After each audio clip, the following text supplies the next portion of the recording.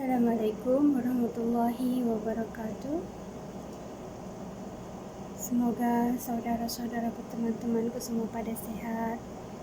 Dan hari ini aku kebetulan sangat tidak ada untuk bahan konten hari ini. Maka dari itu saya akan membuat dan hanya menceritakan perjalanan hidup saya pribadi dari awal mulai saya melangkah untuk mencari jati diri saya, kehidupan saya, alhamdulillah.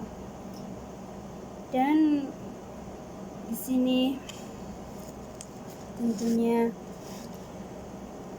sambil mengenang perjalanan kehidupanku yang sangat indah bagiku, yang sangat memiliki sesuatu pelajaran yang sangat berharga.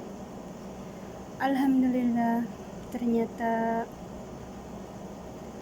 ya keberanian itu sesuatu yang sangat istimewa untuk dimiliki seseorang.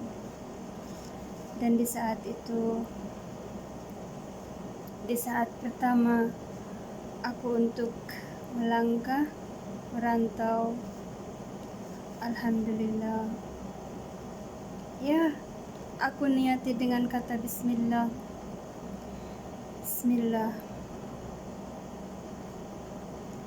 Karena dengan kata bismillah ini aku bisa kuat.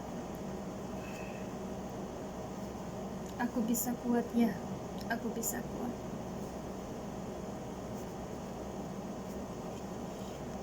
Aku kuat di saat menghadapi dan menjalankan segala kesulitan itu. Saat itu umurku masih 14 tahun. Umurku melangkah merantau saat 1993.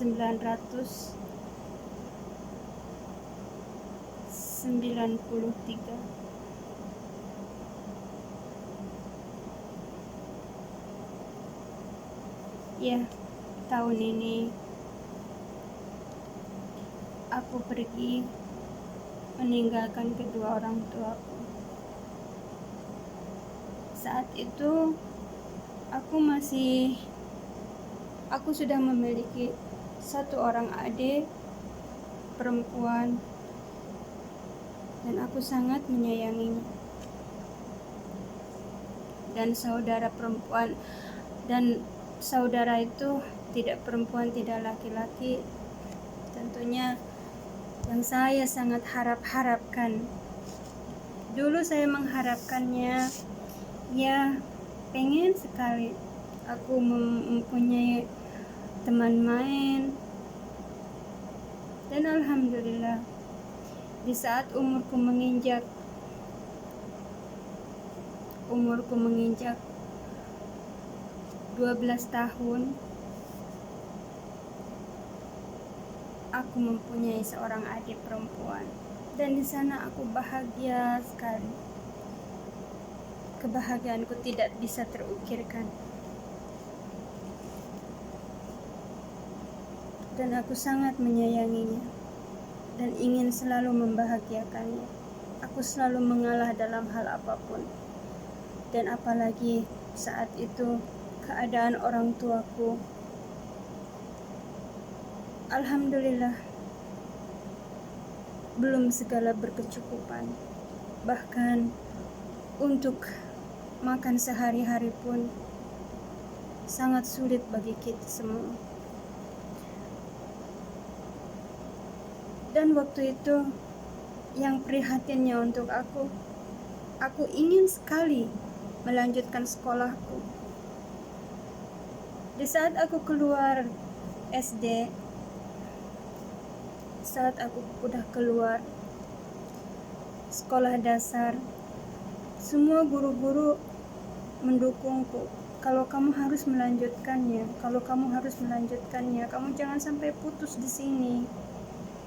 Ya, mereka mendukungku untuk melanjutkannya ke sekolah SMP dan harus melanjutkannya karena sayang dengan nilaiku, dengan ya alhamdulillah walaupun sekolahku dibilang jarang masuk karena ya aku harus selalu membantu ibuku, dan setelah punya adik aku tidak tega kalau adikku harus dititipkan ke orang lain. Terpaksa aku selalu ingin menjaganya sendiri sampai aku sering meninggalkan sekolahku hanya karena ingin tetap kalau adikku ada dalam asuhanku, tidak dengan asuhan orang lain. Setelah umurku ya menginjak 13 tahun, aku udah mulai keluar dan sekolahku tidak bisa aku lanjutkan apapun itu dukungan dari para guru. Karena aku melihat situasi dan kondisi keluargaku. Aku tidak bisa menekan mereka. Karena ya terus terang mereka tidak akan bisa untuk menutupi kebutuhan biaya sekolahku. Ya di sana aku berhenti. Aku memutuskan aku menjaga adikku, memutuskan untuk selalu membantu ibuku, dan itu udah keputusan. Singkat cerita, ya aku udah tinggal di rumah dan aku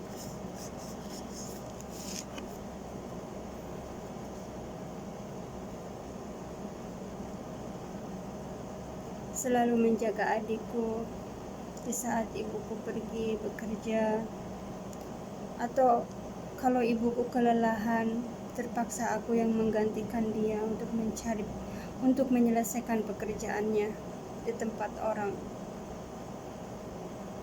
Alhamdulillah, aku tidak malu dengan apa yang aku kerjakan saat itu. Aku sampai berusaha belajar memetik padi di sawah orang. Aku tidak merasa malu. Dan terus lanjut ceritanya, ya aku pergi ke negeri orang untuk merantau. Karena dengan kepergianku aku sangat yakin aku bisa membuatkan rumah untuk orang tuaku, menyekolahkan adikku, dan itu sebuah targetku, cita-citaku satu-satunya, ingin orang tuaku bahagia. Dan aku saat itu ya kalau dibilang masa-masa remajaku, ya menginjak remaja, dan senang sekali kalau pergi main bersama teman-teman. Tapi saat itu aku sadar diri kalau aku tidak bisa menghabiskan waktuku untuk menikmati hidup aku sendiri. Kalau dalam kasarnya, menikmati masa kecilku, menikmati remajaku, tidak seperti itu. Pertama kalinya aku belajar kerja, aku pergi ke daerah yang masih dekat dengan daerah rumahku. Aku pergi ke sana bekerja sebagai penjaga toko beras. Dan saat itu ya aku tinggal di rumahnya, di rumah yang punya toko itu. Sekalian aku selalu kerja di rumahnya, membersihkan rumahnya. Aku seperti kerja sebagai pembantu rumah tangga. Kalau siang aku membantu mereka di tokonya. Dan alhamdulillah mereka sangat baik padaku. Mereka sangat menyayangiku karena mereka membantuku, memberikan waktu untuk aku melanjutkan belajar ngajiku. Aku saat itu kerja di Bandung. Alhamdulillah aku menemukan orang yang sangat baik. Majikanku membantu aku untuk melanjutkan ngajiku, dan di sana aku sambil belajar ngaji. Alhamdulillah aku terisi sedikit demi sedikit, pikiranku, ilmuku bertambah. Namun aku tidak bisa berlanjut lama di sana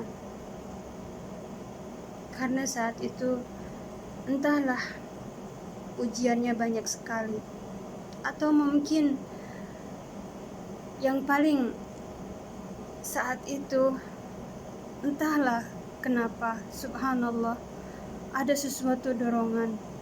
Kalau aku dan langkahku itu, aku percaya dengan sebuah mukjizat dari Allah itu pasti ada. Dan kalau menemukan sebuah doa, kitab, apapun itu, aku benar-benar mempelajarinya karena aku yakin dengan doa dan memohon sama Allah itu jalan satu-satunya.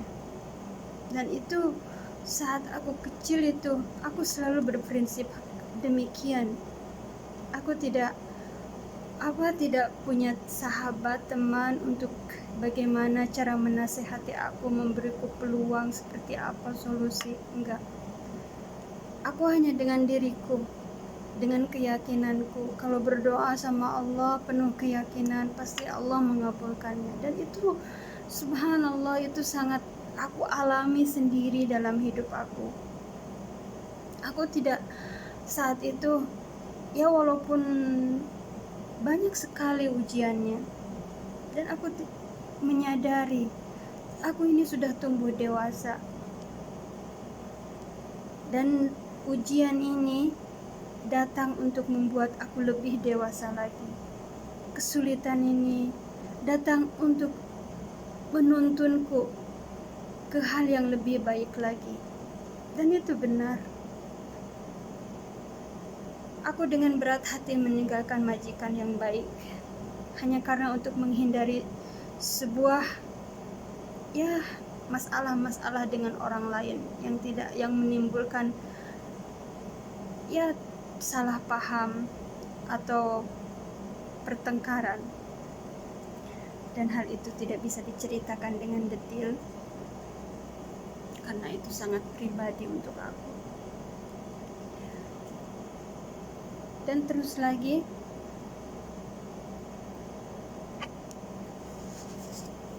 saat itu aku kembali ke rumah. Tidak lama kemudian, mungkin aku cuman beberapa hari, mungkin cuman 2-3 hari aku di rumah. Dan saat itu ada seorang saudaraku, pamanku sendiri, dan dia ingin mengantarkan adiknya untuk pergi ke luar negeri. Tapi entahlah, walaupun dibilang aku masih anggaplah belum begitu menginjak dewasa banget gitu. Aku mau menginjak umurku 14 saat itu. Belum masuk, baru mau beberapa bulan lagi ke umurku 14. Aku memberanikan diri meminta tawaran itu yang untuk saudaranya. Aku minta. Aku bilang, akulah yang akan berangkat kalau memang itu kesempatan itu ada. Ya alhamdulillah, orang itu menerimaku. Saat itu aku berangkat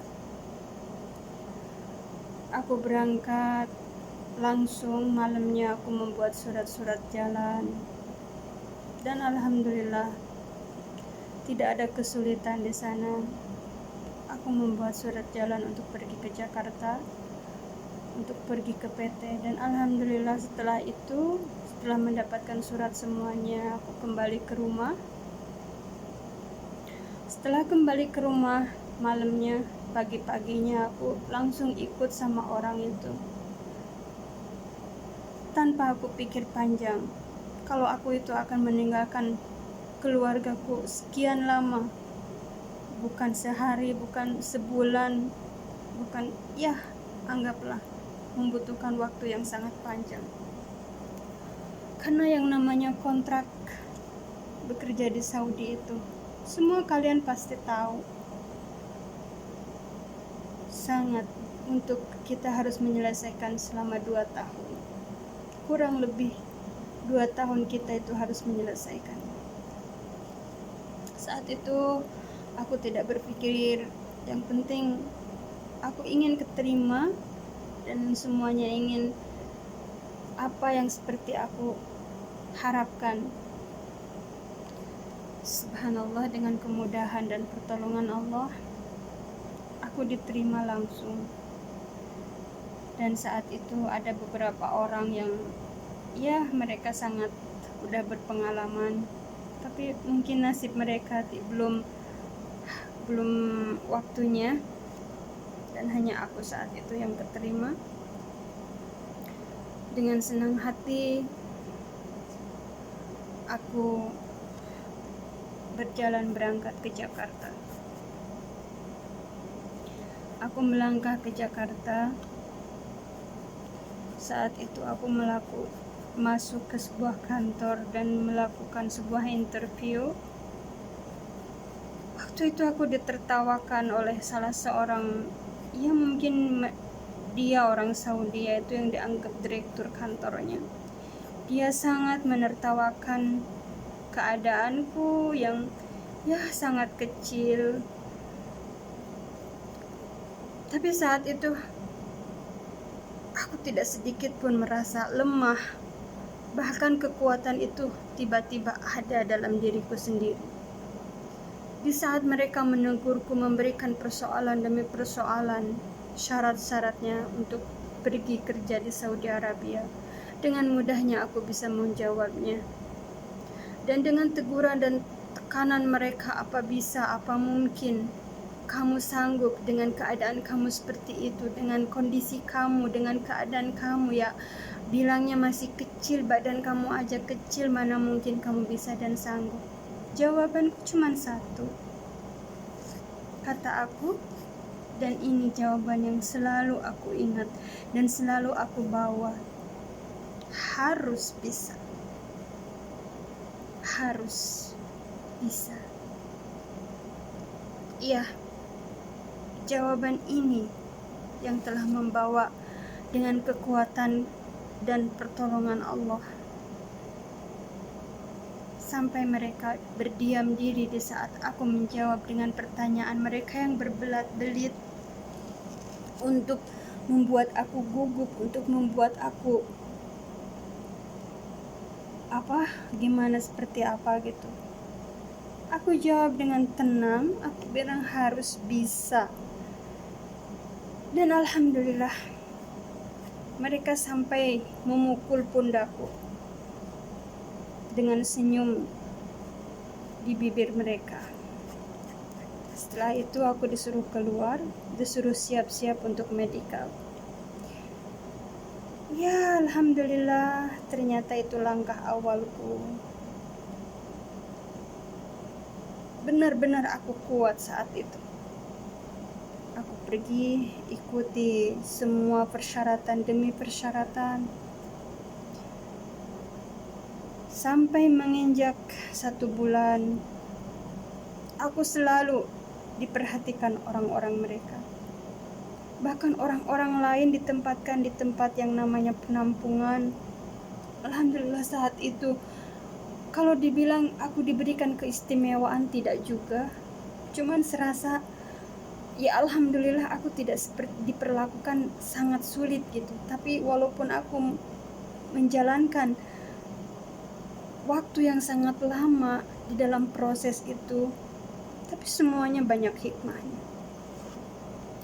Sampai aku harus kehilangan semua barang-barangku karena waktu itu ada kericuhan di Jakarta, sampai Aku ke bawah sampai barang-barangku di sana hilang semua, karena tempat tinggal yang aku tempatin itu ada kerusuhan, semua dibakarin, semua dirusak.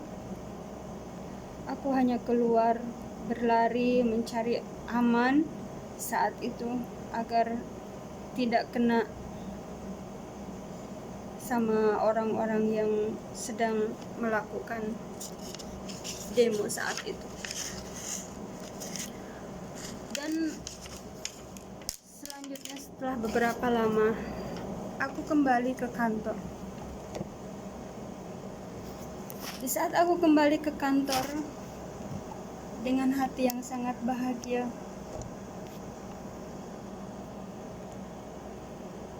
ibuku sudah ada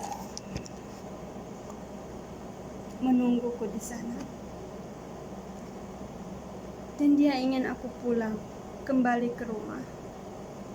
Disitulah hatiku mulai ada sedikit kegelisahan. Seandainya aku setelah 3 bulan pergi dari rumah dan sekarang harus kembali ke rumah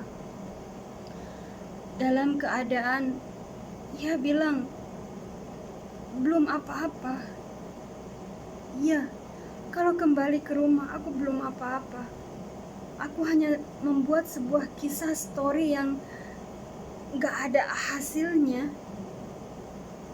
Saat itu aku menolak untuk kembali ke rumah. Aku tetap akan melanjutkan langkahku. Dan alhamdulillah, dengan bantuan orang-orang kantor juga, mereka mau bertanggung jawab atas barangku yang hilang. Mereka akan menggantinya dan akan selalu segera mengurus keberangkatanku. Dan ya, mungkin saat itu aku hanya bisa memeluk dan menenangkan hati ibuku dan bicara padanya di dalam pelukan itu. Tenanglah, aku akan baik-baik aja. Aku akan kembali ke pelukan mama dan kepergianku untuk membahagiakan mereka, membahagiakan kalian. Dengan penuh sakit, dengan penuh luka saat itu ya, aku melepaskan pelukan ibuku dan aku menyuruhnya dia kembali ke rumah. Dan berikanlah aku doa. Singkat cerita, ibuku pulang ke rumah dan aku tetap untuk menunggu keberangkatan ke Saudi. Saat itu ya, aku masih dengan keyakinan aku akan berhasil. Dan alhamdulillah juga dalam jangka 1 minggu semua barangku yang hilang itu mereka ganti, walaupun ya dengan barang sederhana, tapi alhamdulillah aku sangat bahagia saat itu karena kebahagiaanku itu setiap langkahku aku mendapatkan kasih sayang dari semua orang-orang yang aku jumpai itu. Mau mereka orang kaya, mau mereka orang biasa, tapi mereka itu sangat menyayangi aku dan peduli banget dengan keberadaanku. Dan di situ aku yakin kekuasaan Allah itu subhanallah benar-benar ada padaku. Dan aku kuat. Aku melangkah pergi ke Saudi. Hari itu hari penerbanganku. Dan aku hanya bisa dengan kata bismillah, tawakal. Sekarang aku akan meninggalkan Indonesia.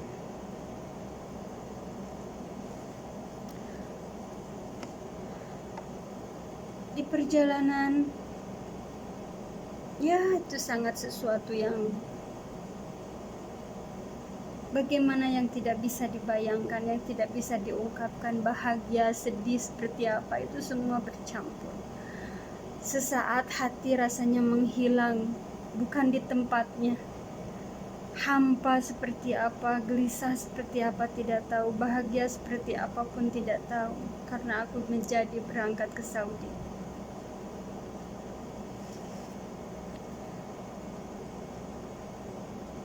Dan waktu itu ya, aku kalau waktu itu visa aku mendapatkan izin kerja itu mendapatkan di daerah Jeddah.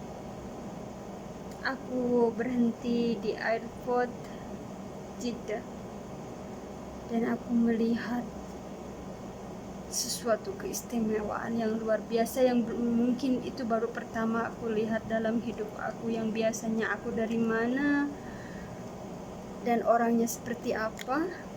Dan sekarang aku menginjak ke dunia yang sangat luas, yang satu bahasa pun mungkin tidak aku miliki. Mau bahasa Inggris, mau bahasa Arab, itu belum aku kuasai bahasa apapun. Tapi dengan tekad, ya tawakal ala Allah. Yang penting aku tidak melakukan kesalahan, dan niatku untuk bekerja, mencari rezeki dan menambah ilmu. Oh, luar biasa sekali. Aku mulai bertemu dengan majikanku dan dia mulai menjemputku dari airport sampai aku ke rumahnya. Aku dikenalkan dengan seluruh keluarganya, dibawa ke semua rumah keluarganya. Dan waktu itu aku mendapatkan keluarga bukan asli Saudi Arabia, aku mendapatkan keluarga Yamani. Tapi mereka kehidupannya tidak begitu mewah. Jadi untuk aku tidak begitu kaku gitu. Karena aku ya asalnya juga dari tempat yang biasa, dan di saat aku harus bertemu mereka ya aku pun tidak begitu heran. Di situ pun aku tetap yakin dengan kuasa Allah dan kasih sayang Allah. Dan majikanku subhanallah sangat baik sekali. Karena aku pun bekerja tidak memilih apapun, tanpa harus diperintah. Aku harus bekerja. Dulu aku dengar di Saudi itu bekerjanya begini begitu. Ya aku kerjakan. Katanya semua yang namanya bersihkan rumah itu dari atas sampai bawah, dari yang sulit sampai yang mudah itu di Saudi harus dikerjakan, harus dimulai. Ya memang seperti itu, benar sekali. Dari mulai aku setiap hari, kalau satu minggu dalam beberapa hari itu aku harus ngangkutin galon air dari bawah sampai atas itu berapa galon ya. Dan kalau seandainya itu mengangkat air, mengangkat semua gas itu ke atas, ya aku sudah terbiasa dengan kerja berat. Di situ aku alhamdulillah, ternyata aku selalu ingat ya, di saat aku membantu ibuku memikul padi ini itu aku subhanallah, kok dulu gitu, kok bisa gitu aku harus bantu ibuku. Dulu itu aku gimana, dan sekarang ternyata itu menjadi sebuah pelajaran. Jadi aku di saat kerja itu nggak kaku, nggak merasa berat gitu, segala pekerjaanku merasa happy, enjoy, dan aku menikmatinya sekali. Dan yang paling sedihnya, sekarang untuk cerita TKI sekarang, mungkin Allah ini tidak ada apa-apanya, mungkin ini Allah biasa-biasa aja, tapi untuk aku masa dulu itu subhanallah, yang namanya pengen bertemu dengan keluarga, mendengar kabar dari keluarga itu, aku harus menulis dulu sebuah surat. Ya, aku harus dulu menulis sebuah surat, harus minta dulu ke majikan alamat ini, rumah ini di mana, untuk mengabarkan kalau aku udah sampai di Saudi dan aku bekerja. Itu pertama datang 1 minggu aku buat surat dan menerima kabar yang namanya balasan surat aku tuh setelah 6 bulan. Kenapa? Karena suratku dari Saudi ke Indonesia itu mencapai waktu 3 bulan. 3 bulan itu surat itu baru nyampai, dan dari Indonesia ke Saudi itu 3 bulan pula. Itu perjalanan dulu yang namanya surat menyurat antara TKI sama keluarganya itu. Dan bila dibandingkan sekarang itu, belum nyampe Saudi pun, masih di jalan pun udah bisa melihat keluarga lagi, yang seperti yang namanya video call. Itulah kecanggihan sekarang. Dan alhamdulillah, aku saat itu dengan pekerjaanku udah aku selesaikan semuanya, aku udah mulai terbiasa walaupun dengan bahasa yang sangat lucu, yang ya lucu sekali. Di saat diajak bicara, aku bicara kemana, mereka menanggapinya apa, aku pun tidak mengerti, mereka pun tidak mengerti apa yang aku ucapkan, tapi yang aku dibawa bahagia aja, tidak dijadikan beban. Kalau disuruh ini aku mengambilnya salah, kalau dibilang ini apa aku tidak bisa menjawab, bahkan aku menjadi bahan tertawaan mereka, tapi aku tidak sakit hati karena memang kenyataan aku tidak menguasai bahasa. Mungkin dikira mereka, wah ini orang mungkin dari luar, bahasa Inggrisnya number one, boro-boro number one guys saat itu. Mungkin sekarang dengan perjalanan, setiap sudut ke sudut, setiap langkah ke langkah, aku bisa pelajari semuanya. Dari setiap langkah aku harus bisa bicara ini, aku harus bisa menguasai bahasa ini. Dengan penuh tekadku, dengan penuh keyakinan, aku harus menjadi orang yang sanggup dan bisa menguasai semuanya. Dan aku lakuin itu.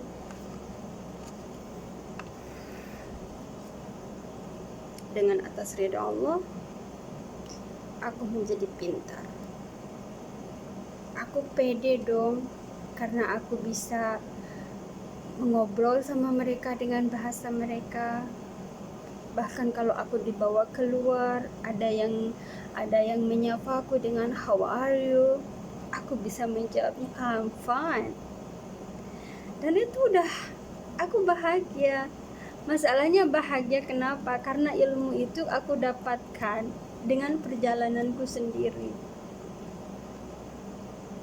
bukan dengan bangku sekolah gitu. Di situ aku kebahagiaannya. Kalau aku ini benar-benar sanggup gitu. Ya, mungkin kalian juga banyak sekali yang mengalami nasib yang sama. Ternyata mendapatkan ilmu dari hasil kita sendiri, dari hasil usaha kita sendiri, itu sangat istimewa, sangat berharga. Oke. Sekarang setelah aku menginjak 2 tahun, aku ingin memutuskan kembali ke keluargaku, ingin menengok ibuku. Aku sangat merindukan mereka.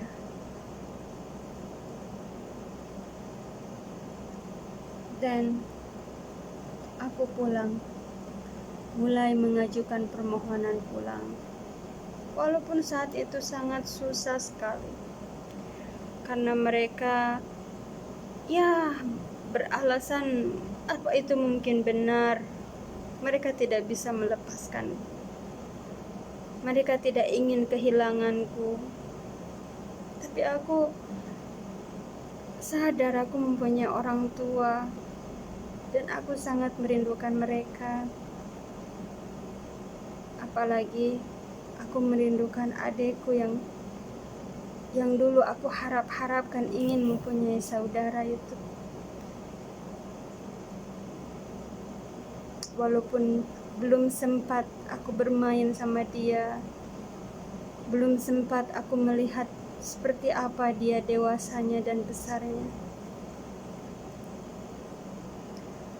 Dengan beribu alasan biar aku dipulangkan, aku terus mencari akal. Orang lain disuruh telepon ke rumah majikan, disuruh ngaku sebagai ibuku. Orang lain disuruh telepon ke rumah majikan. Kalau dulu itu kan telepon rumah itu tidak begitu mencurigakan ya, walaupun si peneleponnya itu sama dari sesama Saudi gitu ya, dari Saudi, tapi masih bisa gitu berakting kalau ini telepon dari Indonesia. Nggak seperti secanggih sekarang, boro-boro bisa begitu kalau sekarang.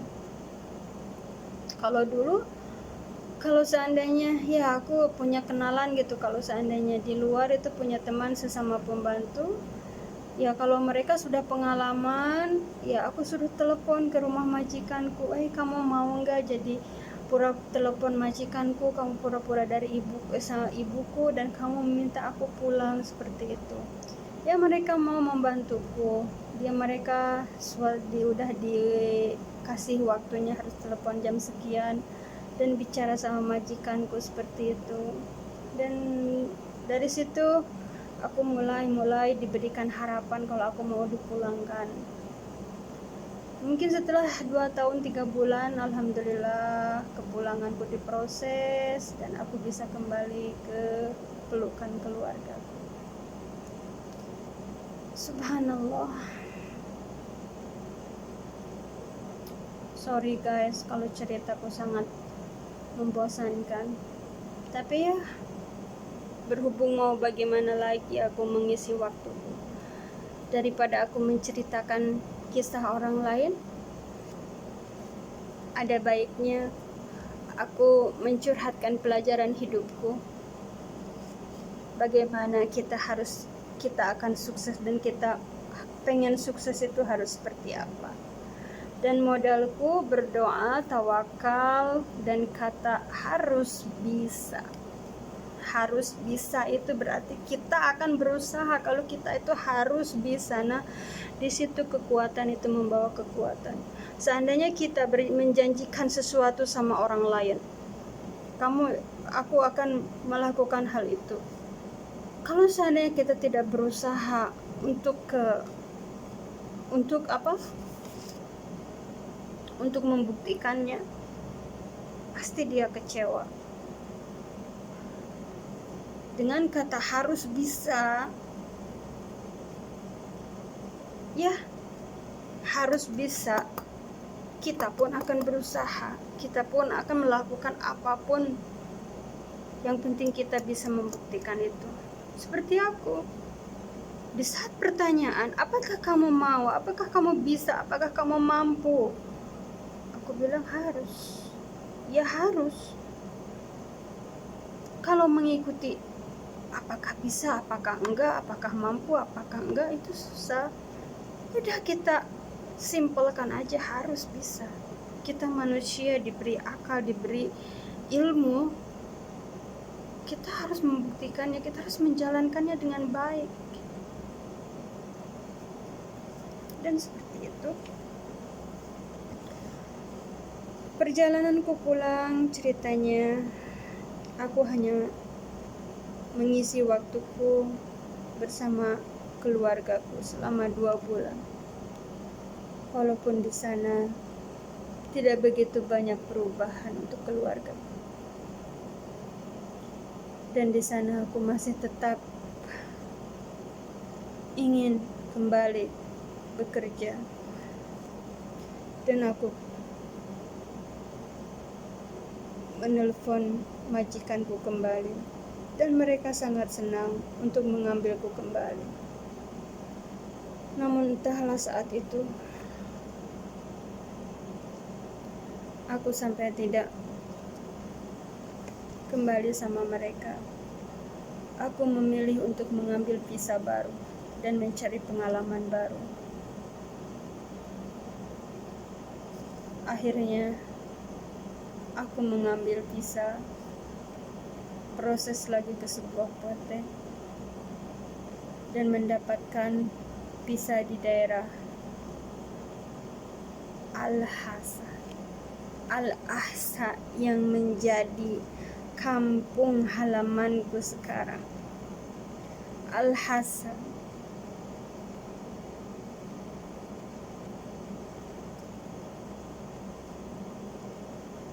Sekarang, ya, Al-Ahsa menjadi tempat di mana aku mendapatkan pembelajaran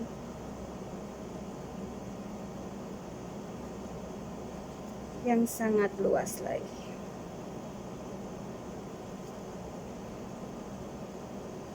Yang sangat istimewa.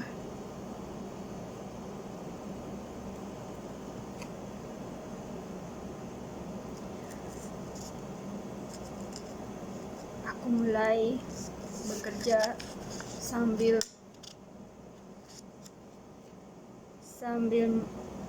belajar ilmu.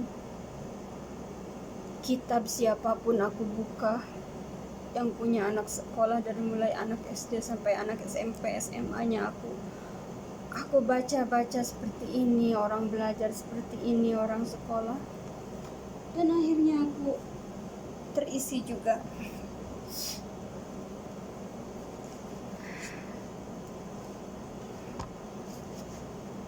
Kalau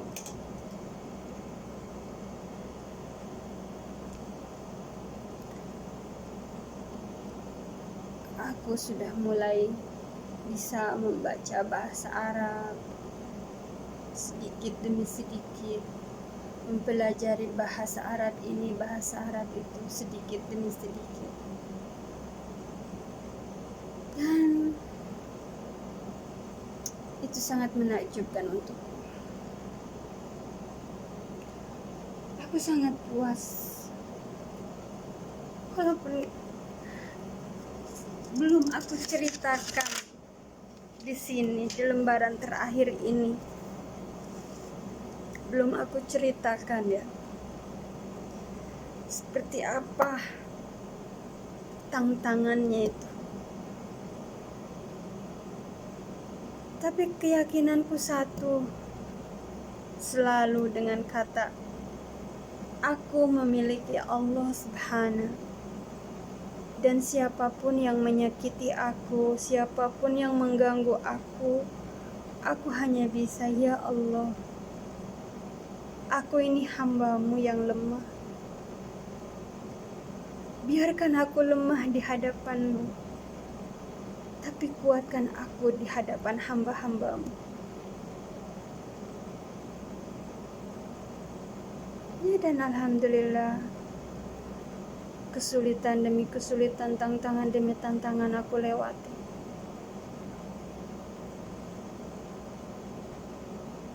Dengan penuh yang namanya sakit, menangis, itu jadi teman. Itu jadi sahabat sehari-hariku.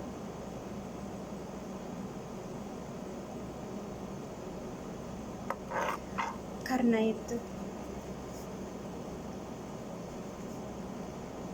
buat siapapun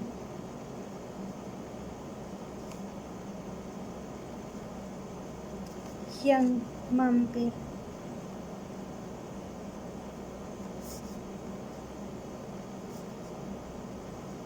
membaca,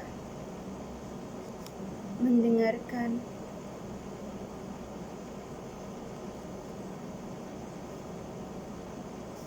kisah hidupku,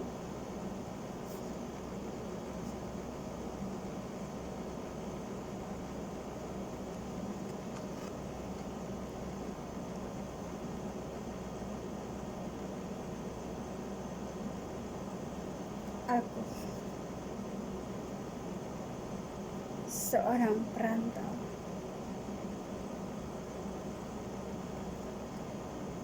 yang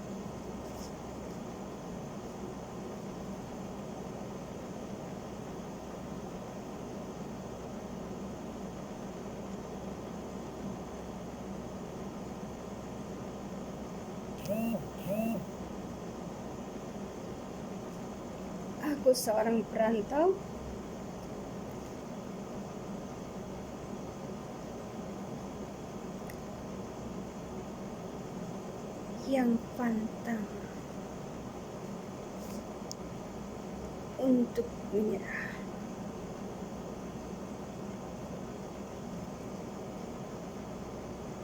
Jika ada kalian yang mengenaliku,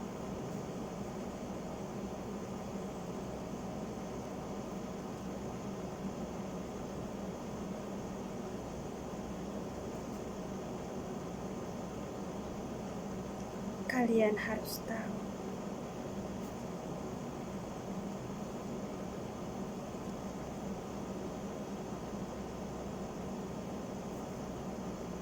kalau hidup ini untuk terus diperjuangkan.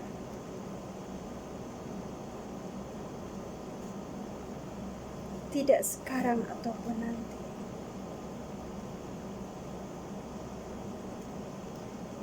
Tidak sekarang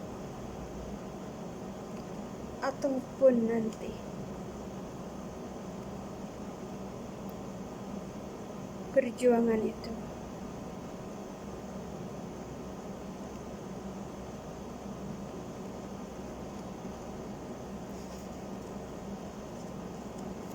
akan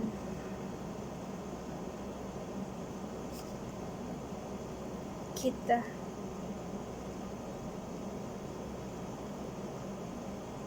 jalankan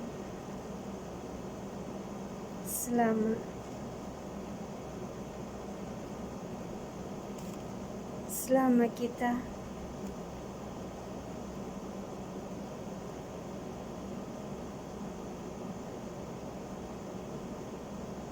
bernafas.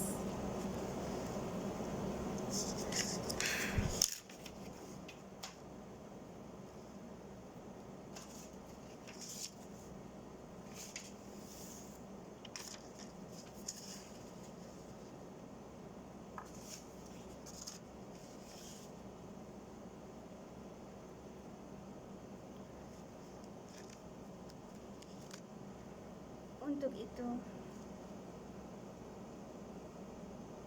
tidak ada salahnya bagi siapapun TKI kita selalu mensupport dan melindungi nama baik kita, nama baik negara kita.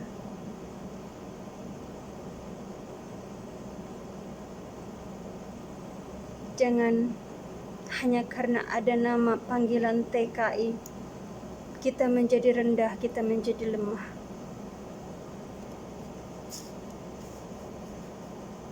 Menjadi TKI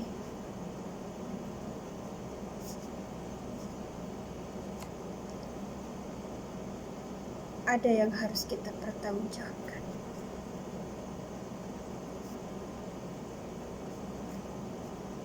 kita pertanggungjawabkan.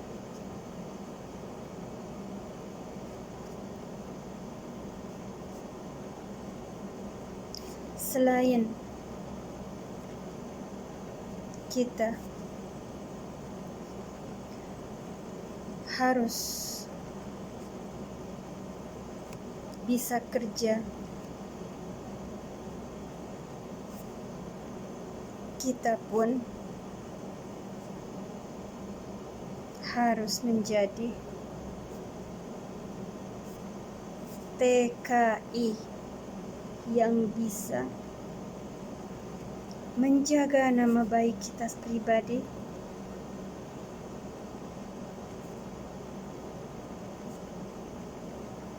menjaga nama baik kita sendiri,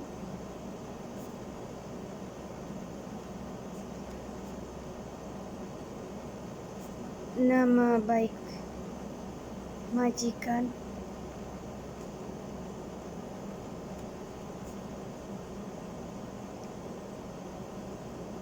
nama baik negara kita,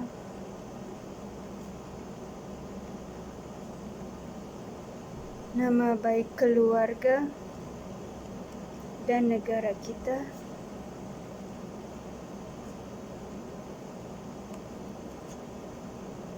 jangan semaumu, jangan sesuka hatimu mengotori, merusak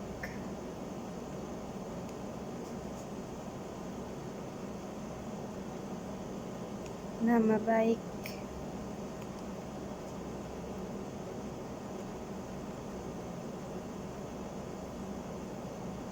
keluarga, majikan, bangsa dan negara.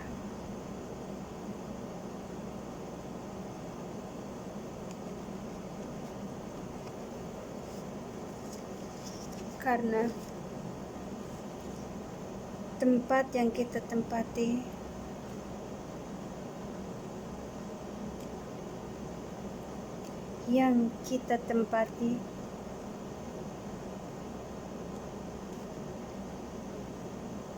negara orang lain, negara asing.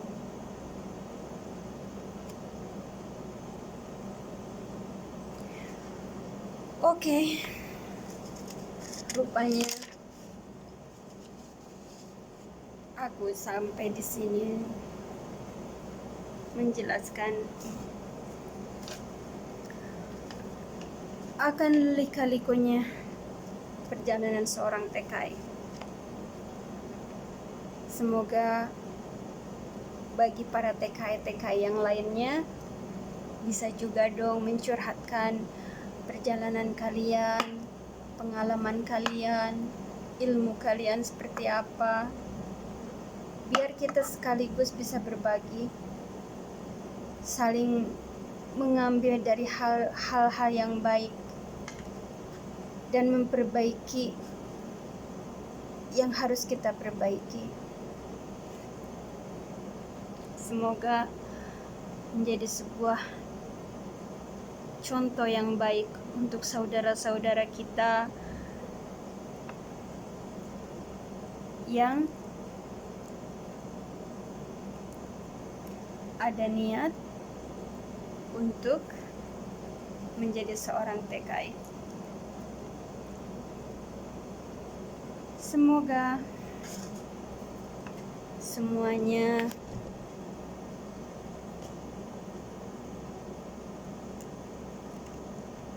bisa diterima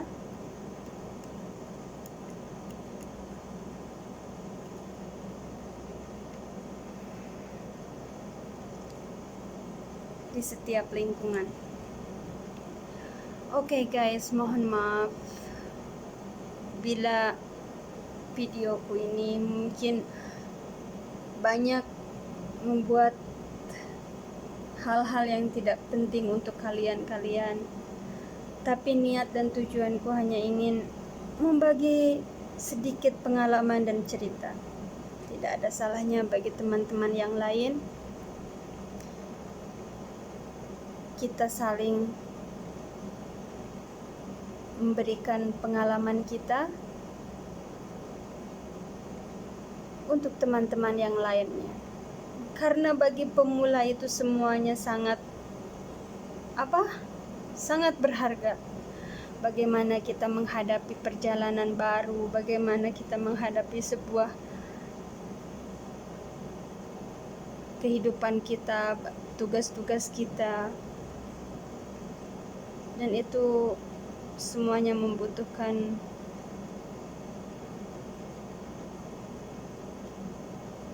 solusi dari orang-orang yang sudah berpengalaman.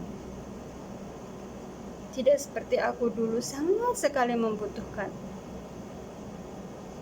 Ya, sangat sekali membutuhkan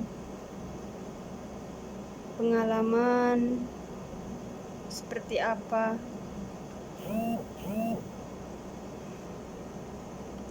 Gimana aku harus bisa bicara sama orang-orang asing. Dan itu sangat dibutuhkan sekali. Jika ada su'ahbar, kif halik, dan itu sangat harus kita pelajari lebih.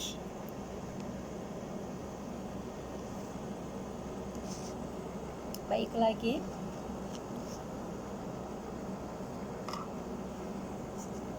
Dan selanjutnya ceritanya kita lanjutkan di waktu lain,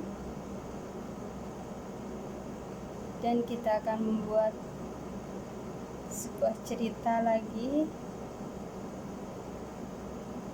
yang lebih bisa membantu.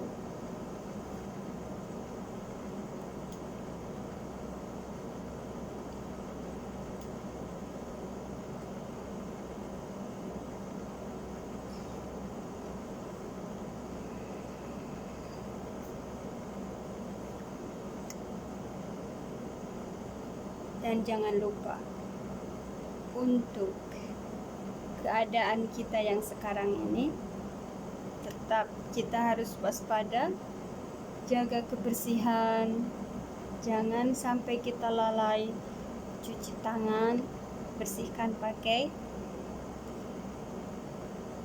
Kalau bahasa Arabnya gel mu'akkam, ta'kimi ayadakum, la tunsu al-corona fi kulli makan. Dan kita butuh semua saling mengingatkan. Jangan sampai kita teledor, jangan sampai kita lupa, demi kebaikan kita bersama. Bukan untuk seseorang atau bukan untuk sendiri dan masing-masing, untuk kita bersama.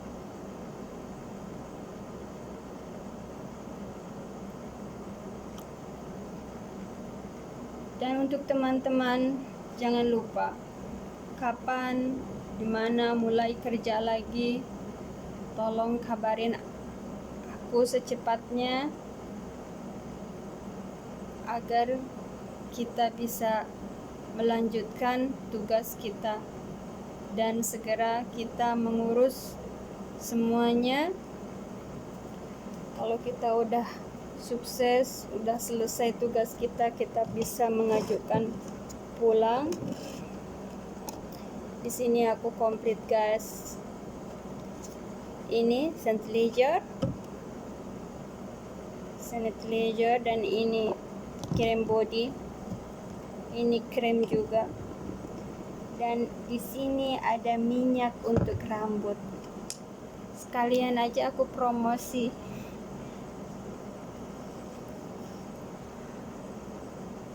لما تنسى أصدقائي السعوديين أو مصري، فإني اليوم آسفة جدا ما أقدر أتكلم باللغة العربية، فأنا شوي متحمسة أعمل أقصص قصتي على أصدقائي لمبتدئيا ذهب إلى السعودية. فإن شاء الله ممكن يوم إني ودي أتكلم بالعربية عشان إنتم تعرفونها كيف وحدة أجنبية تقدر تعيش في بلد العربية وتعرف تتكلم باللغة العربية. فوالله هذا مو سهلة، هذا محتاج الوقت، هذا محتاج العمر، صراحة مو بسهلة. بس الحمد لله إذا وحدة ودي أتكلم ودي تتعلم في شيء ما تستسلم، لا سبحان الله، هذا اللي تتحل الوحدة كل شيء سهلة، كل شيء أمسي بالخير، كل شيء تمام. جاي أنا الحمد لله الآن أقدر أتكلم معكم بالعربية مثلا، وأقدر أقول لكم شيء. أنا آسفة لو ما أقدر أفرحكم، ما أقدر أقول لكم قصتي باللغة العربية، لكن شكرا لكم. لما تنسى على قناتي، فأشكركم جميعا لعمل سبسكرايب. شكرا لكم جميعا. فالآن طبعا أنا خلص حاليا lahun. Syukran jazilan lakum, dan terima kasih untuk teman-temannya semua. Terima kasih guys yang sudah mendukung selalu di channel ini. Jangan lupa like, subscribe, share untuk channel Nur People. Syukran jazilan. Thank you so much. Bye bye.